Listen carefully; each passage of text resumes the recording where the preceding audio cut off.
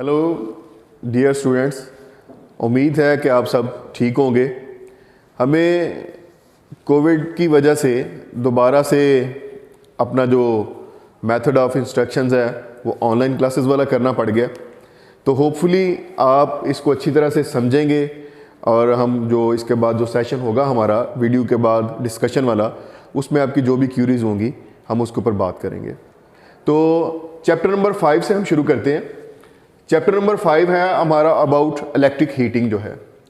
Chapter number 5 जो है इसका नाम है इलेक्ट्रिक हीटिंग। आज हम जो पढ़ रहे हैं सब्जेक्ट जो है, सॉरी टू से वो पहले बताना भूल गया, वो है यूटिलाइजेशन ऑफ इलेक्ट्रिकल एनर्जी, जिसका आपका कोड है ET233। Chapter number 5 electric heating. Electric heating में आज हम सबसे पहले तो इंट्रोडक्शन करेंगे। इस चैप्टर में ओवरऑल है क्या, उन चीज़ों के ऊपर बात करते हैं। तो इस चैप्टर में हमने देखना यह है कि इलेक्ट्रिक हीटिंग से हमें जो है ज़्यादा एडवांटेजेस मिलते हैं या कि कन्वेंशनल हीटिंग से। कन्वेंशनल हीटिंग से मुराद हम जो है कोई गैस से, लकड़ी से, ऑयल से या जो डिफरेंट एनिमल डंग्स हैं उनको जला के हम जो है हीटिंग जो है वो हासिल करते हैं। तो उसके कंपैरिजन में हमने देखना यह है कि इलेक्ट्रिक हीटिंग में हमें किन किन चीज़ों का ज़्यादा फ़ायदा रहता है। हम देखते ये हैं कि हम इलेक्ट्रिक हीटिंग से कर क्या सकते हैं। अगर हम डोमेस्टिक हीटिंग की बात करें तो उसमें हम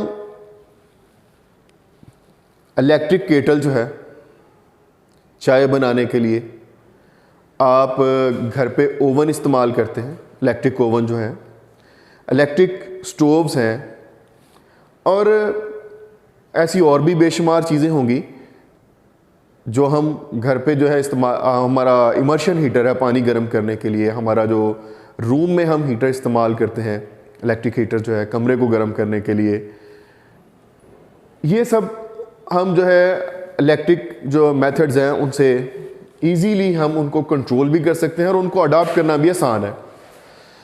अगर हम इंडस्ट्रीज़ की बात करें तो इंडस्ट्रीज़ में हम वेल्डिंग, डिफरेंट जो दहाते हैं मुख्तलिफ, उनकी हीट ट्रीटमेंट्स जो हैं, उसके बाद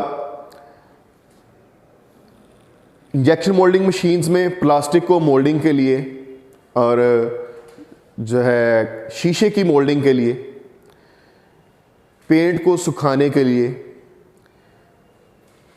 हमारे जो इंसुलेटर्स हैं उनकी बेकिंग के लिए, और मुख्तलिफ़ किस्म के बर्तन जो हैं, जो सरामिक के जो बर्तन हैं, सरामिक के जो हमारे घरों पे बेसन्स हैं, सिंक्स हैं, ठीक है ना, ये सब चीज़ें जो हैं सरामिक की बनती हैं और उनको इलेक्ट्रिक हीटिंग के मेथड से जो है वो बनाया जा रहा है, उनकी बेकिंग जो है।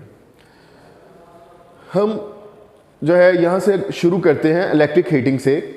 तो इलेक्ट्रिक हीटिंग में क्या है, सबसे पहला जो फ़ायदा है, एडवांटेजेस ऑफ जो है इलेक्ट्रिक हीटिंग है, उसकी प्रॉपर्टीज़ जो है क्लीनलीनेस है, सफाई है। क्योंकि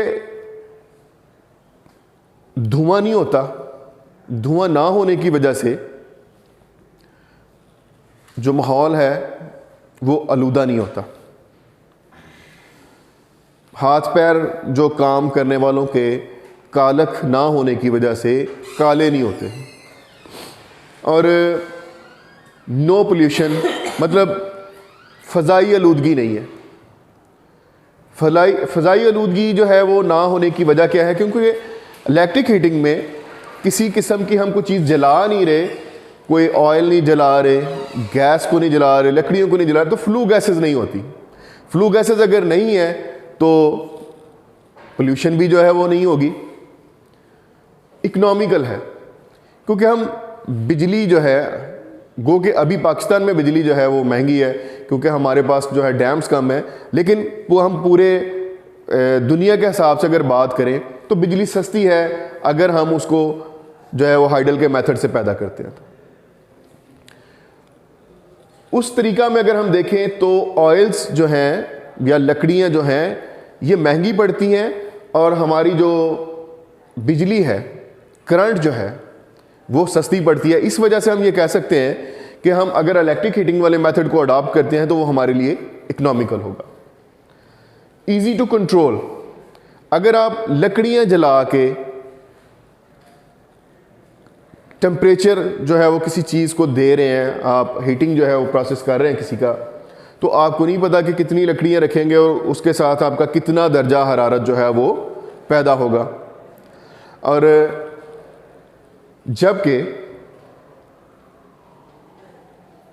इलेक्ट्रिक हीटिंग के ज़रिए हम थर्मोस्टेट के साथ और करंट कंट्रोल्स के साथ इजीली जो है इलेक्ट्रिक जो हीटिंग है उसको कंट्रोल कर सकते हैं। तो इसलिए हम कह सकते हैं कि इजी टू कंट्रोल है, हमें इसको कंट्रोल करना आसान है। स्पेशल हीटिंग, कुछ चीज़ों में उनके ख़ास हिस्सों को गर्म करना होता है, पूरी चीज़ को गर्म नहीं करना होता, उसकी हीट ट्रीटमेंट सिर्फ उसके मखसूस हिस्सों तक करनी होती है। तो वो जो है उसमें हमारी जो इलेक्ट्रिक हीटिंग है वो ज़्यादा एफिशिएंट रहती है। हायर एफिशिएंसी, इसकी एफिशिएंसी जो है बहुत, जैसा आपको नाम से पता चल रहा है, अच्छी एफिशिएंसी हमें इससे मिलती है इंस्टेड विद कंपैरिजन ऑफ जो है कन्वेंशनल हीटिंग। जो है हम जितनी भी इन चीज़ों को यहाँ पे डिस्कस कर रहे हैं, इनका कंपैरिजन जो है किसके साथ है? कन्वेंशनल हीटिंग के साथ है, जो हमारा ट्रेडिशनल मेथड्स हैं हीटिंग हासिल करने के। तो बेटर वर्किंग कंडीशन, क्योंकि इसमें वो आग जलाने वाला कोई काम नहीं होता, तो सिर्फ बटन दबाने से या करंट के कंट्रोल करने से आपको हीटिंग जो है वो मिलती है। इसलिए कहते हैं ये बेटर वर्किंग कंडीशन है, क्योंकि जो कन्वेंशनल मेथड्स हैं हीटिंग के, उनकी वजह से माहौल भी जो है इर्द गिर्द का बहुत गर्म हो जाता है। जबकि इलेक्ट्रिक हीटिंग से आप जिस चीज़ को गर्म कर रहे हैं उसकी वजह से आपके जो माहौल है वो इतना ज़्यादा गर्म नहीं होता। तो बेटर वर्किंग कंडीशन हमें वहाँ से मिलती हैं। नॉन कंडक्टिंग मटीरियल्स को गर्म करना, और इसके बाद प्रोटेक्टिव मेथड्स, दूसरे तरीकों में जो है गैस के सिलेंडर्स और इस तरह की जो दूसरी चीज़ें हैं उनको इस्तेमाल करने से हम समझते हैं कि हमारी प्रोटेक्शन क्या हो जाती है? कम हो जाती है। तो इस वजह से हम कहते हैं कि ये ज़्यादा प्रोटेक्टिव मेथड है, अगर हमने सारी जो है प्रोटेक्शन मेजर्स पूरे किए हों तो। उसके बाद lower attention and maintenance cost, क्योंकि हमारे सिस्टम मोस्टली ऑटोमेटिक होते हैं, इस वजह से ह्यूमन इंटरफेरेंस को हम रिड्यूस कर सकते हैं, जिस वजह से हमारी जो है तवज्जो की जो है हर वक्त जो है अटेंशन की ज़रूरत कम हो जाती है और मेंटेनेंस कास्ट भी कम हो जाती है। और यूनिफॉर्म हीटिंग, हम इससे किसी भी मटेरियल को यूनिफॉर्मली मतलब एक जैसा गर्म कर सकते हैं। कोई भी मटेरियल है, हम उसको फ़र्ज़ करें ये कुछ मटेरियल है, लाइक जिस तरह से ये मार्कर है, तो हम इसको चाहते हैं कि ये यूनिफॉर्मली जो है वो गर्म हो, ठीक है ना। तो अगर हम वैसे किसी आग के साथ इसको गर्म करेंगे तो इस हिस्से को ज़्यादा जो है वो टच करेगी आग, तो ये ज़्यादा गर्म होगा, ऊपर वाला हिस्सा कम गर्म होगा।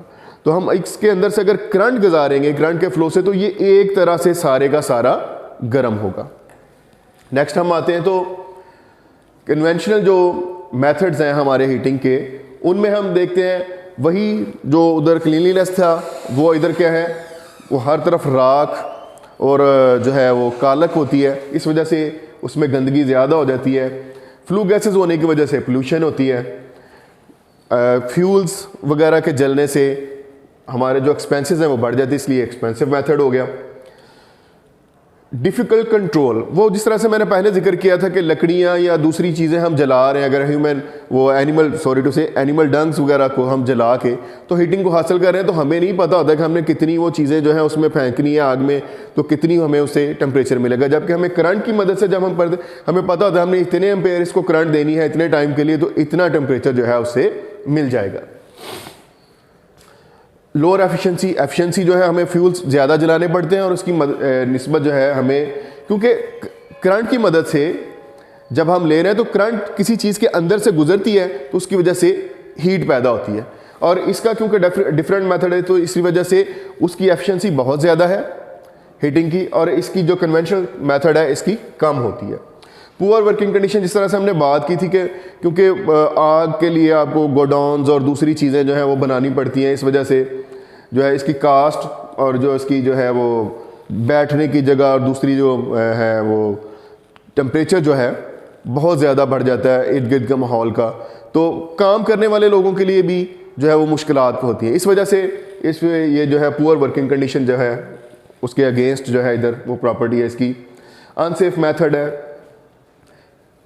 आपने अक्सर सुना होगा जो हमारी होती हैं फर्नेसेस जो होती हैं, जो कन्वेंशनल मेथड्स के ऊपर जो है वो काम कर रहे हैं, इलेक्ट्रिक फर्नेसेस नहीं है, तो उनमें अक्सर सिलेंडर के ब्लास्ट होने से इस तरह के जो हादसा जो हैं उनके हो जाते हैं, इसलिए लिखा है कि ये अनसेफ मेथड है। फिर उसके बाद है नीड हायर अटेंशन, वही कि जो है आपको हर वक्त उसमें अटेंटिव रहना पड़ता है, आपके ज़्यादा अटेंशन की जो है उसमें ज़रूरत है।